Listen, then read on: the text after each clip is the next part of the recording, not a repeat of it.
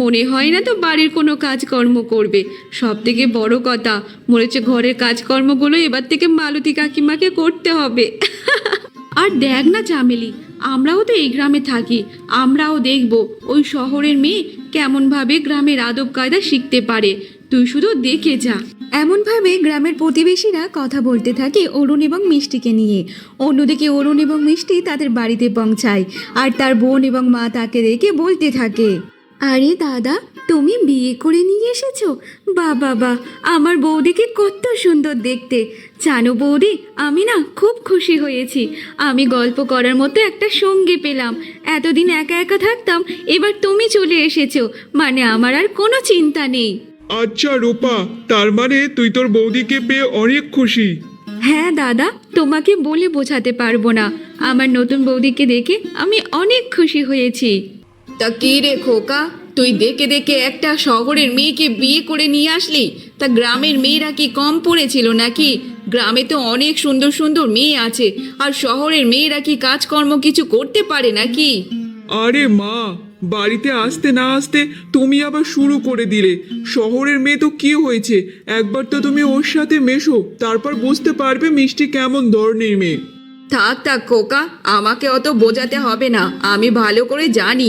আর এমনিতে সবাই তো বলে যে শহরের মেয়েরা অত ভালো হয় না, আর তুই দেখে দেখে শহর থেকেই একটা মেয়েকে বিয়ে করে নিয়ে আসলি। মা, তুমি একটু বেশি বেশি চিন্তা করো। এবার তুমি একটু শান্ত হয়ে যাও তো। দেখো তো, নতুন বৌদি বাড়িতে এসেছে, আর তুমি এরকমভাবে বলতে শুরু করেছো। তোমার কথাবার্তাতে তো নতুন বৌদির তো খারাপ লাগতে পারে, বলো তো।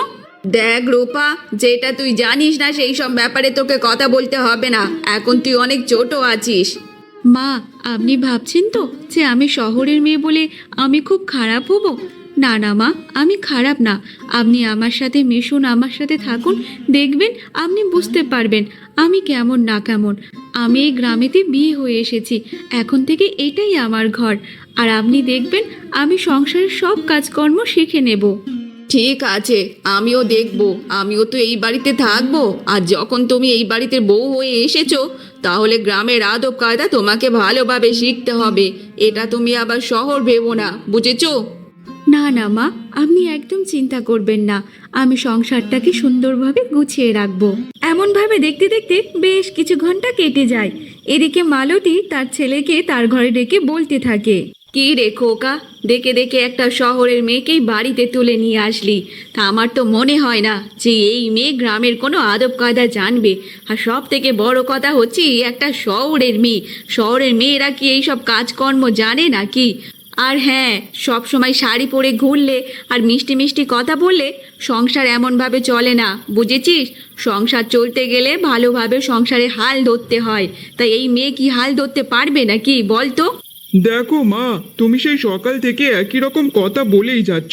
ও যখন একবার আমাদের সংসারে এসে পড়েছে, তা সমস্যাটা কি আছে? একটুখানি তোমরা গড়ে পিটে নেবে, ওকে সবকিছু শিখিয়ে দাও, ও শিখে যাবে। দেখ বাবা অরুণ, তোকে একটা কথা বলি, এই মেয়েকে তো আমার দেখে মনে হচ্ছে এই মেয়ে বেশি দিন এই বাড়িতে টিকতে পারবে না। এই বাড়িতে সংসারের কাজকর্ম দেখলেই ও দেখবি দুদিন পর ওর নিজের বাড়িতে শহরে পালিয়ে যাবে। আর দেখে দেখে একটা এই মেয়েকে বিয়ে করলি, দেখে তো মনে হচ্ছে সবসময় সাজগোজ করতেই ব্যস্ত থাকবে। তা সংসারের সব কাজকর্মগুলো কখন করবে শুনি?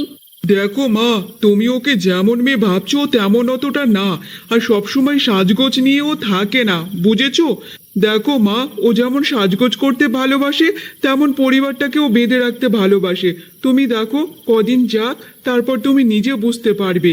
যদি তোর বউ সবার মন জুগিয়ে চলতে পারে তা খুব ভালো কথা। দেখা যাক ও কি করবে না করবে। তা মানুষের মন কেমনভাবে বদলে যাবে সে কেউ জানে না।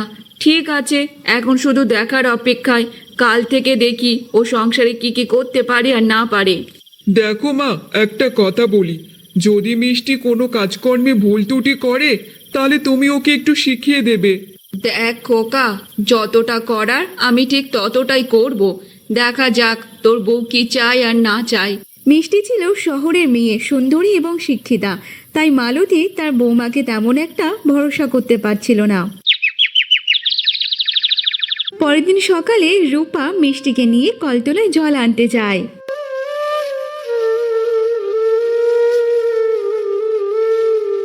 রে রূপা, তোর দাদার এই বিয়ে হয়েছে এখনো দুদিনও হলো না, আর নতুন বউয়ের গায়ে থেকে এখনো বিয়ের গন্ধও যায়নি, আর সঙ্গে সঙ্গে কলতলায় জল আনতে চলে এলো। বাবা, ভাবা যায়? কেন গো বৌদিরা, আমার নতুন বৌদি যে কলতলায় জল আনতে এসেছে, তা আমার বৌদিকে নিয়ে তোমাদের এত সমস্যা কিসের বলো তো দেখি? তোমরা তোমাদের কাজ করো না, কি কি করছে না করছে সেই দিকে না ধ্যান দিলেই তো হলো। বাবা রূপা, নতুন বউকে পেয়ে তোর পিঠে কি ডানা গজিয়ে গেছে নাকি? মুখে ধান দিলে যে খই ফুটছে। বাবা, ভাবা যায়? দেখ রূপা, তোর বৌদি কলতলায় জল নিতে এসেছে, তাতে আমাদের কিসের অসুবিধা? আমাদের কোনো অসুবিধা নেই। আর জানিস তো, তোর বৌদি শহরের মেয়ে, শহরের মেয়েরা তেমন ভালো করবে কাজকর্ম জানে না, আর তাকে দিয়ে যদি এমনভাবে গরুর মতো কাজ করাস, তাহলে সেই মেয়েকে এই বাড়িতে টিকবে নাকি? টিকবে না, চলে যাবে শহরে, বুঝেছিস? দেখুন, আপনারা এমনভাবে কথা বলবেন না। আমার শাশুড়ি মা কিংবা ননদ, আমার স্বামী, কেউ আমাকে কোনো কাজ করার কথা বলেনি। আমি তো উপজে সব কাজকর্ম করছি, তাহলে আপনারা এমনভাবে কেন বলছেন? আমি শহরের মেয়ে তো কী হয়েছে? হ্যাঁ, মানছি আমি তেমন ভালোভাবে কাজকর্ম জানি না, কিন্তু কিন্তু আমি সব কাজকর্ম শিখতে চাই, আর কাজকর্ম করতেও আমি ভালোবাসি। সত্যি কথা বলতে কি নতুন বউ, তোমার কথাগুলো না খুবই সুন্দর। তুমি যেমন সুন্দর দেখতে, আর তোমার কথাবার্তাগুলোও তেমন সুন্দর। কি মিষ্টি করে তুমি কথা বলো।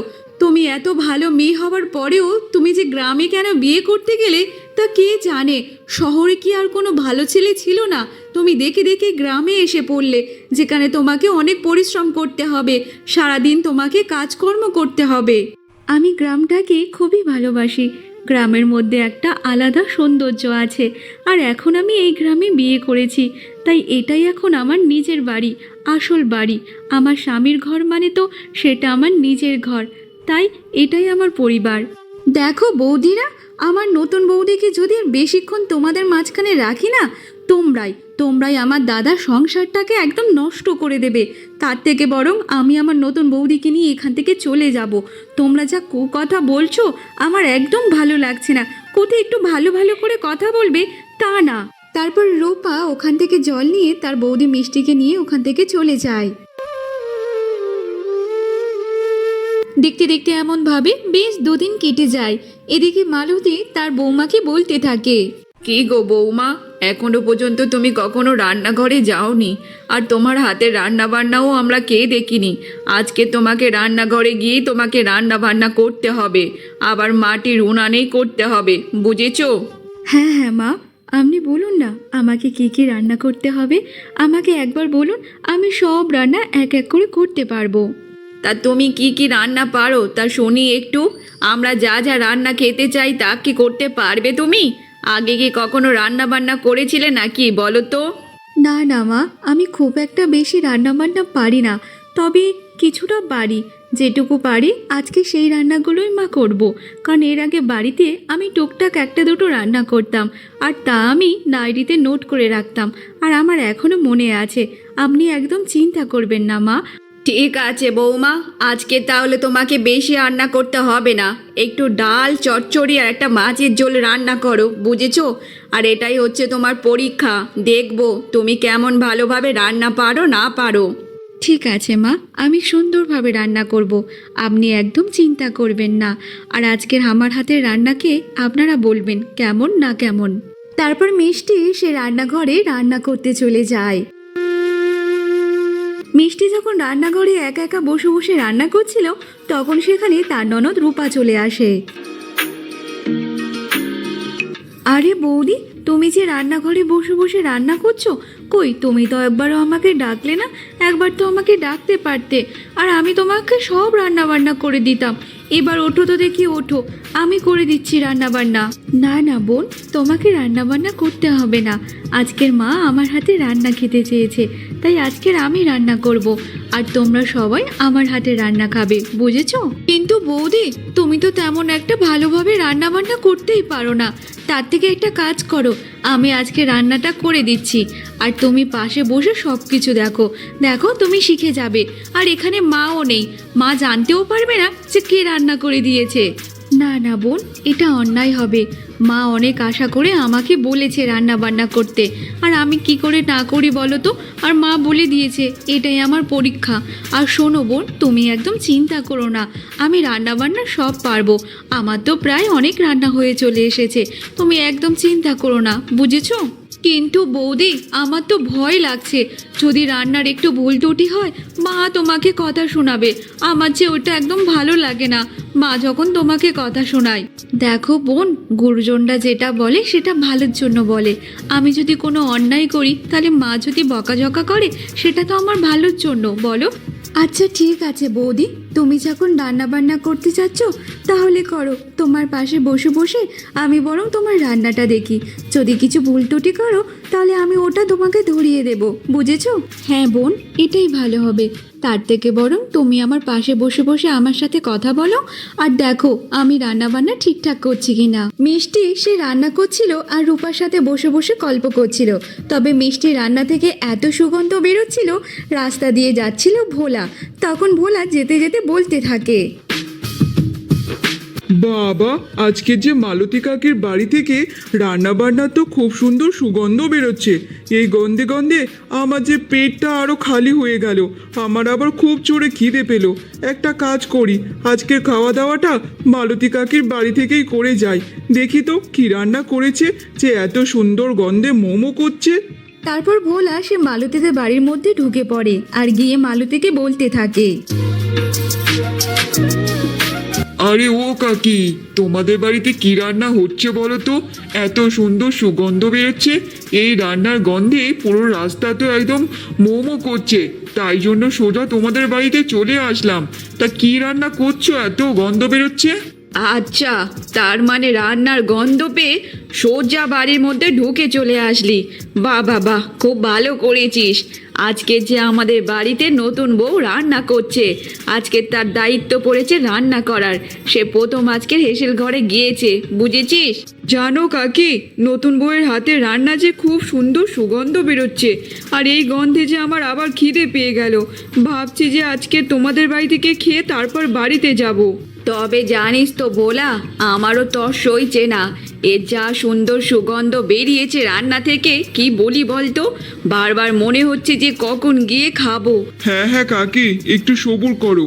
আমিও অনেকক্ষণ ধরে সবুর করে আছি। নতুন বইয়ের রান্না হয়ে গেলে মাত্র আমরা খেতে বসবো, বুঝেছো?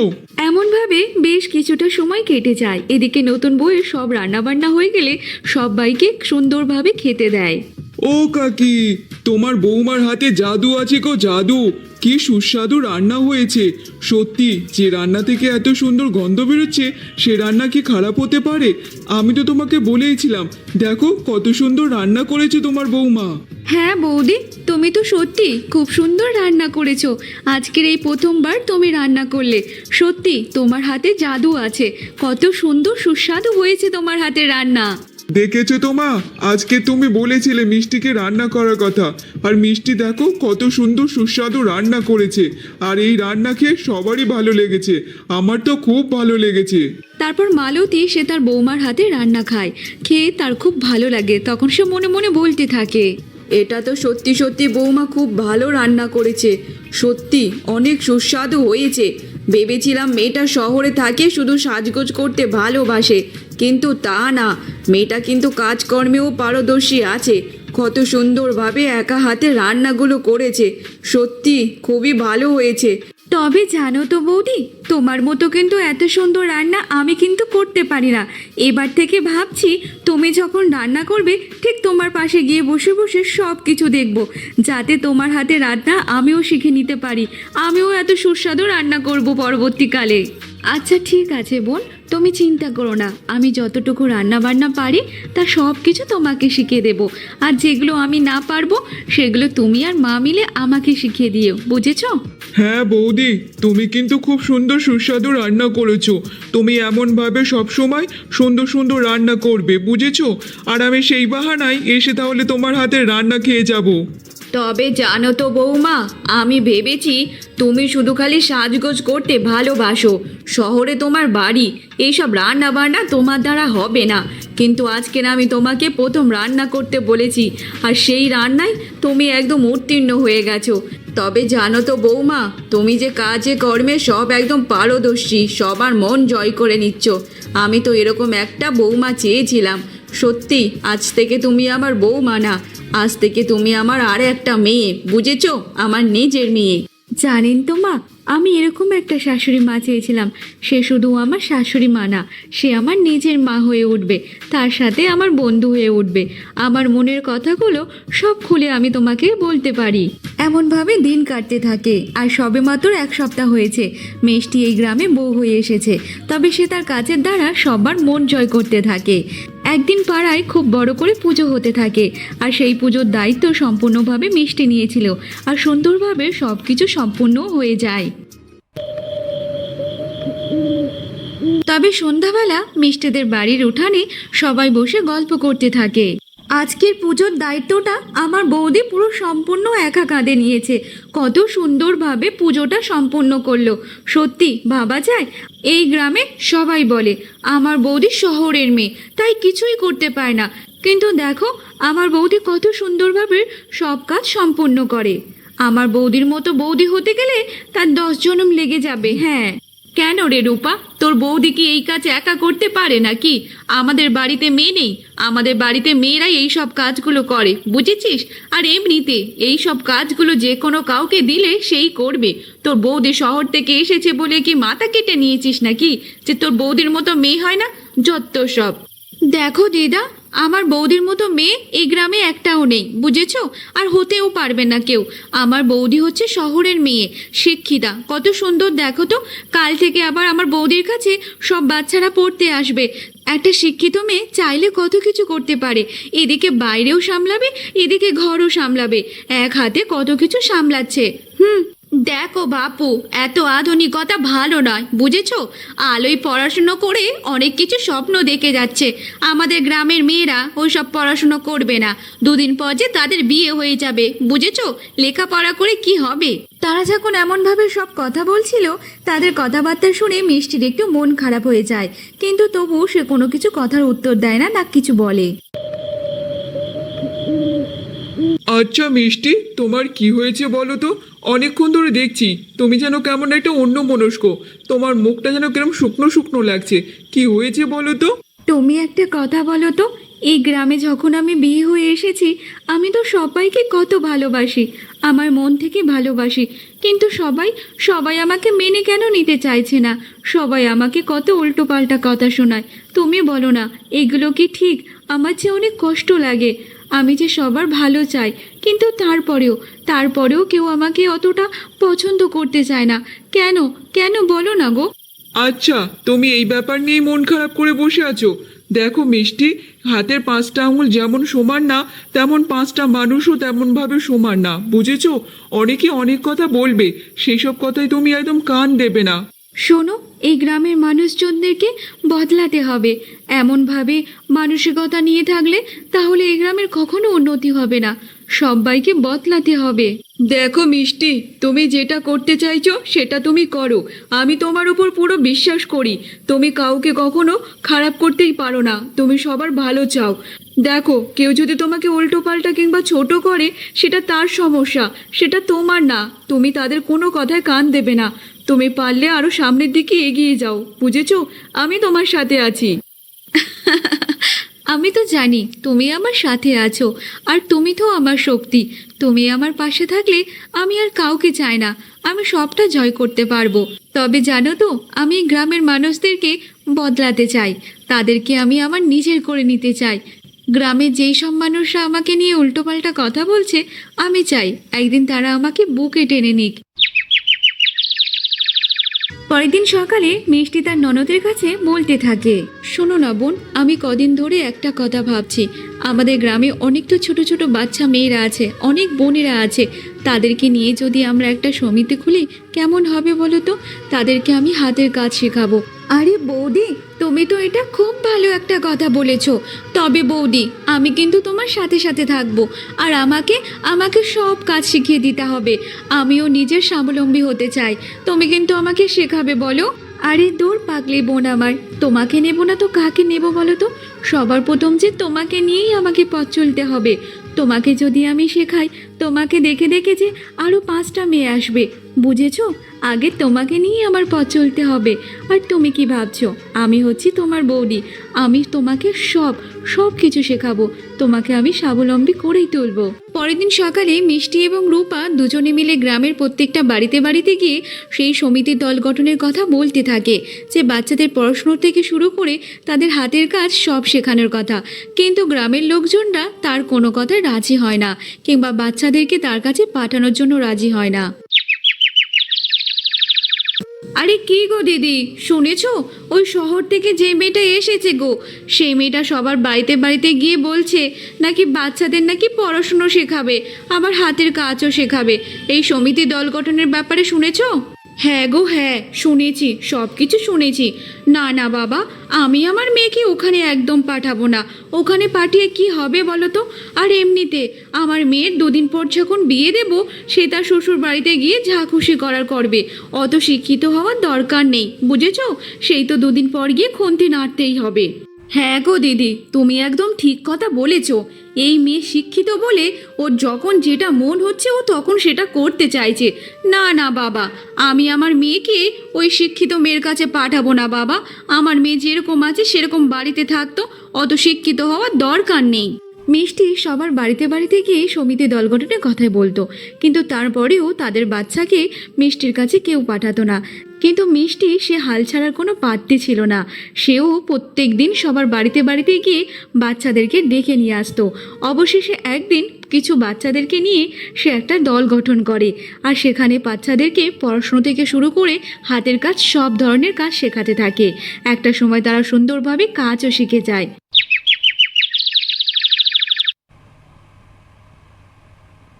সত্যি মিষ্টি বৌমা, তোমার মতো মেয়ে একটাও হয় না। তবে তুমি যে আমার মেয়েদের জন্য এই সবগুলো করছো, তাই এরকম চিন্তা ভাবনা আজ পর্যন্ত কেউ ভাবেনি। তুমি সত্যি শিক্ষিত আর তেমনি ভদ্র সভ্য। তুমি আমাদের মেয়েদেরকে ভালো পথে শিক্ষা দিচ্ছ। আগে তো এইসব ব্যাপারে আমরা কখনো ভেবেও দেখিনি। আমরা ভেবেছিলাম যে তুমি শহর থেকে পাশ করা মেয়ে এসেছো, শিক্ষিতা, কোথায় কি করবে না করবে সেই ভয়ে ভয়ে তো মেয়েদেরকে পাঠায়নি। কিন্তু তোমার কাছে যে একদিন মেয়েকে ছাড়ার পর আমার মেয়েরা বারবার বলে যে তোমার কাছেই পড়তে যাবে, আর সব হাতের কাজ কত সুন্দরভাবে শিখে গেছে। হ্যাঁ গো দিদি, তুমি একদম ঠিক কথা বলেছ। আমাদের নতুন বউ যে আমাদের মেয়েদেরকে ভালো শিক্ষা দিচ্ছে। আজকের আমি দেখছিলাম আমার মেয়ে কত হড়বড় চচ্চর করে ইংলিশে কথা বলছে। আগে তো এরকম কখনো দেখিনি কিংবা শুনিও নি, কিন্তু প্রথম আমার মেয়ের মুখে শুনে আমার যে অনেক ভালো লেগেছে। তবে নতুন বউ, আমাদের মেয়েকে সব সময় এবার থেকে তোমার কাছেই পাঠাবো, কারণ আমরা এটা বুঝতে পেরেছি তুমি আমাদের মেয়েদেরকে ভালোভাবে শিক্ষা দিচ্ছ। দেখেছো তো বৌদিরা, দেখেছো? আমি তো আগে থেকেই বলেছিলাম আমার বৌদির মতো বৌদি আর কোথাও হয় না। আমার বৌদি হচ্ছে সবার থেকে সেরা বৌদি। আমার বৌদিকে এই গ্রামে সবাই কত উল্টোপাল্টা কথা বলতো, কিন্তু আমার বৌদি কখনো কারো মুখে মুখে জবাব দেয়নি। সব সময় মুখ বন্ধ করে সব কিছু মেনে নিয়েছে। তবে জানো তো, এটাই হচ্ছে একটা শিক্ষার পরিচয়। হ্যাঁ রে রূপা, তুই একদম ঠিক কথা বলেছিস রে মা। আমাদের বৌমা আমাদের ঘরের লক্ষ্মী, সাক্ষাৎ মা লক্ষ্মী। আমাদের গ্রামটাকে কত সুন্দরভাবে বদলে দিয়েছে, সবার মানসিকতাও বদলে গেছে। কিন্তু আমি ভেবেছিলাম আমার বৌমা শহর থেকে এসেছে, শিক্ষিতা মেয়ে, হয়তো বেশি দিন টিকবে না আমাদের বাড়িতে। এখন আমার বৌমা এই গ্রামের একটা গর্ব হয়ে গেছে, গর্ব। একটা সময় গ্রামের সবাই যখন মিষ্টিকে অনেক উল্টোপাল্টা কথা শুনিয়েছে, তারাই আজকের মিষ্টিকে বুকে টেনে নিয়েছে, কারণ মিষ্টিকে তারা অনেক সম্মান করে এবং ভালোবাসে। এমনভাবে মিষ্টি গ্রামটাকে বদলে দেয়।